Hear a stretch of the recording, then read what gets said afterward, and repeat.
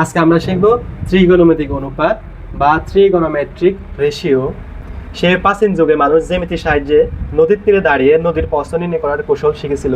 গাছে না উঠেও গাছের ছায়ার সঙ্গে লাঠির তুলনা করে নিখুঁতভাবে গাছের উচ্চতা মাপতে শিখেছিল। এর এই ধারাবাহিকতায় আমাদের ত্রিগোণমিতিক অনুপাতের আবিষ্কার হয়েছে।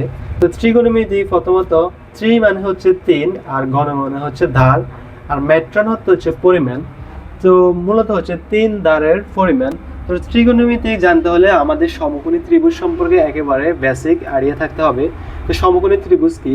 যেমন যেই ত্রিভুজের একটি কোণ 90 ডিগ্রি তাকে সমকোণী ত্রিভুজ বলে। যেমন এখানে এই কোণটা কি 90 ডিগ্রি, তো তাকে সমকোণী ত্রিভুজ বলে। আর আমরা যখন ম্যাথ করব তখন এই চিহ্ন যেখানে থাকবে আমরা এটা মনে করবো সমকোণী ত্রিভুজ। সমকোণী ত্রিভুজ জানার পর আমাদের আরেকটা জিনিস জানতে হবে, তা হচ্ছে অতিভুজ জানতে হবে, ভূমি জানতে হবে এবং লম্ব জানতে হবে। এটা সম্পর্কে আমাদের ফুল বেসিক আইডিয়া থাকতে হবে। তো অতিভুজ কি, ভূমি কি, লম্ব কি দেখো। সমকোণ, সমকোণের বিপরীত বাহু বা 90 ডিগ্রির বিপরীত বাহুকে বলা হয় অতিভুজ। যেমন এটা হচ্ছে আমার সমকোণ, তো এটার বিপরীত বাহু হবে অতিভুজ। আর থিটা কোণের বিপরীত বাহুকে লম্ব বলা হয়। ধরলাম এটা হচ্ছে আমার থিটা কোণ, তো থিটা কোণের বিপরীত বাহু হবে লম্ব। আর বাকি যেটা থাকবে অবশিষ্ট কোণটা থাকবে, সেটা অবশিষ্ট বাহুটা থাকবে আমার কি ভূমি। তো দেখো এই ত্রিভুজটা দেখো, এখানে সমকোণ এটা, তো সমকোণের বিপরীত বাহু কি আমার অতিভুজ হবে। তো অতিভুজের মান হবে আমার 17। আর থিটা কোণের বিপরীত বাহু হবে কি আমার লম্ব, তো লম্বর মান হবে 8।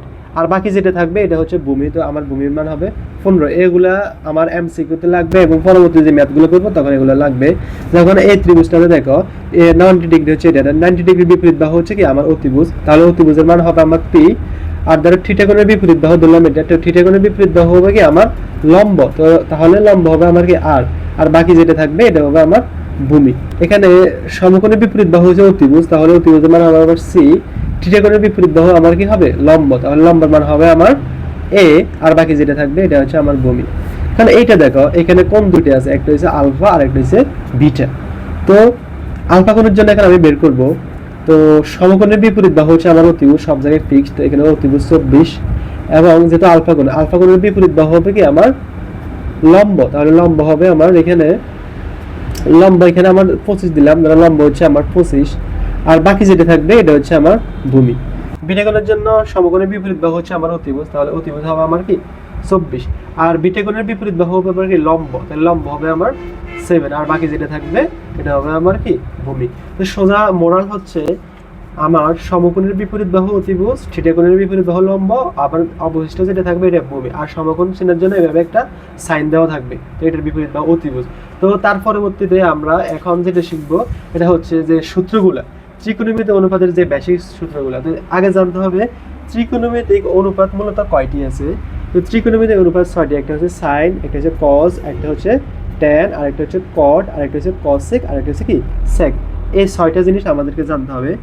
দেখো সাইনের বিপরীত হচ্ছে কস, এবং কজের বিপরীত হচ্ছে আমার সেক, এবং ট্যানের বিপরীত কট, কটের বিপরীত ট্যান।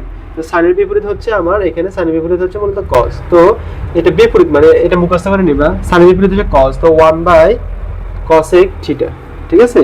এবং কজের বিপরীত হচ্ছে সেক। কজের বিপরীত কি দেখো, কজের বিপরীত হচ্ছে আমার এই সেক, তাহলে কস সমান আমি লিখতে পারবো 1/sec থিটা। আর ট্যানের বিপরীত হচ্ছে কট এবং কটের বিপরীত হচ্ছে ট্যান, তো আমি ট্যান সমান 1/cot লিখতে পারবো। আবার কট সমান 1/, যেহেতু কটের বিপরীত ট্যান, তো 1/tan লিখতে পারবো। দেখো এবার যে সাইনের বিপরীত cos, আবার cos-এর বিপরীত, যেহেতু সাইনের বিপরীত cos, তাহলে cosec-এর বিপরীত কি হবে sin হবে, তাহলে আমি cosec-এর বিপরীত লিখতে পারবো কি 1/sin থিটা। এরপরে দেখো cos-এর বিপরীত যেহেতু sec, sec-এর বিপরীত কি হবে cos হবে, তাহলে sec সমান আমি কি লিখবো 1/cos থিটা। এটা হচ্ছে আমার মানে একটা বিপরীত, এটা মনে রাখবা। সাইনের বিপরীত হচ্ছে দরকার পড়লে লিখে নাও, সাইনের বিপরীত হচ্ছে cosec, আর cos-এর বিপরীত হচ্ছে sec, tan-এর বিপরীত cot, cot-এর বিপরীত হচ্ছে tan। আরো দুটো সূত্র হচ্ছে, এটা মনে রাখবা। tan সমান আবার লেখা যায় sin theta by cos theta, এবং cot সমান লেখা যায় cos theta by sin theta. এটা হচ্ছে মানে আমার বিপরীত অনুযায়ী ত্রিকোণমিতিক অনুপাতের যে সূত্রগুলো, এগুলো একবার বেসিক সূত্র, এগুলো একটু তুমি মুখস্থ করা লাগবে না, এগুলো কয়েকবার দেখো, এরপর ম্যাথ করতে করতে এগুলো এমনি মুখস্থ হয়ে যাবে। তারপরটা দেখো, এটা যে সূক্ষ্মকোণের জন্য ত্রিকোণমিতিক অনুপাত। সূক্ষ্মকোণের জন্য ত্রিকোণমিতিক অনুপাত করতে হলে আমি একটা টেকনিক লিখে রেখেছি, টেকনিকটা দেখো। টেকনিক হচ্ছে সাইন সমান সাগরের লবণ আছে, তো সাগর মানে হচ্ছে সাইন, আর লবণ হচ্ছে লম্ব, আর আছে মানে আছে তারা বোঝায় অতিভুজ। তো সাইন মানে হচ্ছে লবণ, সাগরে লবণ আছে মানে সাইন আর প্রথম যেহেতু লবণ, লবণ মানে উপরে দেবে কি লম্ব, আর যেহেতু আছে তো অতিভুজ, তাহলে নিচে দেখবে অতিভুজ। এরপরে কস, কস হচ্ছে কবরে ভূত আছে, তো কবরে হচ্ছে কস, আর ভূতে হচ্ছে ভূমি, আর আছেতে হচ্ছে কি অতিভুজ। তো কবরে হচ্ছে কি কস হচ্ছে কি কবরে ভূতে আছে, তো আমি কস সমান লিখতে পারি যেহেতু কস কবরে ভূতে আছে, ভূত সমান কি এটা ভূমি উপরে ভূমি হবে, আর আছে মানে কি অতিভুজ। কবরে ভূত আছে মানে কবরে ভূত আছে। আর সাইন সমান সাগরে লবণ আছে। ট্যান সমান হচ্ছে কি টেরা লম্বা ভূত। টেরা মানে হচ্ছে কি ট্যান, আর লম্বতে হচ্ছে তো লম্ব, আর ভূতে হচ্ছে ভূমি। তো আমি ট্যান সমান লিখতে পারি কি টেরা লম্বা ভূত, তাহলে টেরা ট্যানেতে টেরা, আর লম্ব লম্বতে লম্বা, আর ভূতে হচ্ছে কি ভূমি। তো ট্যান সমান টেরা লম্বা ভূত। সাগরে লবণ আছে, কবরে ভূত আছে। এবার দেখো বাকিটা হচ্ছে এই তিনটে যদি পারো তাই বাকিটা দেখো। সাইনের বিপরীত হচ্ছে কসে, আমরা কি জানি সাইনের বিপরীত কসে। তো সাইন সমান লম্ব বা অতিভুজ হলে কসেক সমান কি হবে অতিভুজ, অতিভুজ বাই লম্ব। এরপরে কজের বিপরীত হচ্ছে কি স্যাক, তো কস সমান যদি ভূমি বাই অতিভুজ হয় তাহলে স্যাক সমান কি হবে অতিভুজ বাই ভূমি। কেমন? এরপরে দেখো ট্যান সমান যদি লম্ব বাই ভূমি হয়, যেহেতু ট্যানের বিপরীত হচ্ছে কট, তো কট সমান আমি লিখতে পারবো ভূমি বাই লম্ব। তা আশা করি বুঝছো। টেকনিকটা মনে রাখবা, সাইন সমান সাগরে লবণ আছে, কট সমান কবরে ভূত আছে, আর ট্যান সমান ট্যানা লম্বা ভূত, সাগরে লবণ আছে। এবার এটা হচ্ছে ত্রিকোণমিতিক কি অবেদ। ত্রিকোণমিতিক অবেদাবলী হচ্ছে তিনটে, একটা হচ্ছে sine square theta, cos square theta সমান 1, আর একটা হচ্ছে sec square theta minus sine square theta সমান 1, আর একটা হচ্ছে cosec square theta minus cot square theta সমান 1।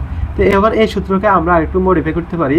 যেমন যদি আমি এই সমান্তরালের পাশে সাইন স্কয়ার থিটা রেখে দিই, তাহলে ওই পাশে তো 1 আছে, এই প্লাস কস স্কয়ার থিটা যখন ওই পাশে চলে যাবে তাহলে মাইনাস কস স্কয়ার থিটা হয়ে যাবে।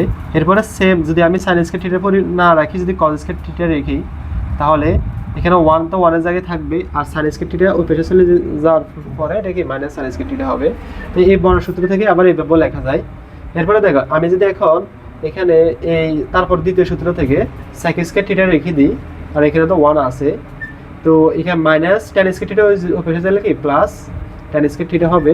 সেম কাজ যদি করি, আমি যদি ট্যান স্কয়ার থিটা রেখে দিই, তাহলে আমার সূত্রটা হয়ে যাবে সেক স্কয়ার থিটা মাইনাস 1। তো এখানেও যদি আমি সেম কাজ করি, এই সূত্রতে তৃতীয় সূত্রতে আমি যদি কসেক স্কয়ার থিটা যদি এই পাশে রেখে দিই, তাহলে এখানে 1 এই মাইনাস কট স্কয়ার থিটা ওই পাশে যাইলে কি হবে প্লাস কট স্কয়ার থিটা হবে।